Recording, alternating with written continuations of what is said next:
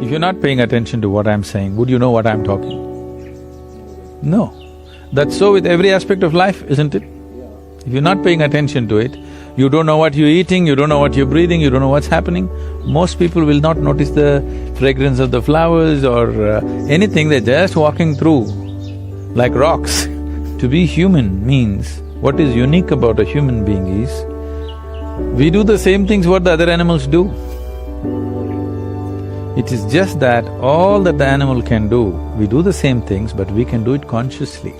And doing anything consciously will not come if you don't have sufficient attention towards things that you do or things that you do not do. So this attention deficiency syndrome has happened because people's idea of education is information. The more information you heap upon on any mind, or let's say starting from childhood, the more he will develop aversion to attention. Because without knowing anything, information gives you a false feeling that you know everything. An entrepreneur or anybody who wants to navigate through any situation needs intelligence, not just information. Information may be useful on the side, but it is intelligence which will allow you to navigate through a particular situation in a unique way, not the way somebody else is doing. Once you heap yourself with too much information, now attention is a serious problem. Once you have no attention, once you have no ability to hold your attention, you have lost your ability to access your intelligence also. You will just churn out the information from memory. There's a beautiful incident, you heard of Andrew Carnegie. When Andrew Carnegie started his enterprise, in a short span of time, he became so super successful and made so much money. At that time, okay, this is not the age of Google or Facebook or Twitter where in 2 years they become multi-billionaires and all. Those days, people had to set up manufacturing this and that and make money which would take decades or generations. So this guy made so much money in a short span of time, people suspected, the US government suspected he's doing some malpractice. They set up a Senate investigation committee. So they questioned him in every way possible and they found nothing wrong with his business. Then they asked, how do you manage to make so much money and be so successful? So Andrew Carnegie said something very simple. See, I can keep my mind focused on something for 5 minutes at a stretch. 5 minutes. Can any of you do it? All the senators. They thought, what's the problem with 5 minutes? And he set up an experiment. They tried to keep their attention, they couldn't keep it for a few seconds. One moment here, one moment there, this is the fate of most human beings. So then he said, you should not be running United States. So, human ability, there's something called as chitta. There's a different… see, in English language, mind is mind. Largely you're considering the memory part of your mind as mind.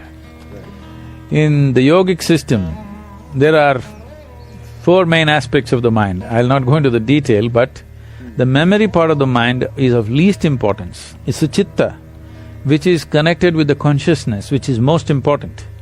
If you find a shape for your chitta, that shape will manifest always, because it's empowered by life-making material which for lack of words we're using the word consciousness, that which is the basis of life. Once your mind is yoked to that, then what shape your mind takes, mind is like a cloud, you can make it any shape. You can make it godlike, you can make it a devil out of it, you can make a pig out of it, you can make whatever out of it, you know. It's a nebulous thing. So what shape you give to your chitta, it will always manifest in the world because it's empowered by life-making energy behind it. So that is the most important aspect of the mind, not the memory. Memory is important to handle the material aspects. After all, an entrepreneur may be just trying to handle material, it's fine, but I would like an entrepreneur's life to become an exciting adventure, where his process of exploring new possibilities become truly new possibilities in his experience, not just economic possibilities.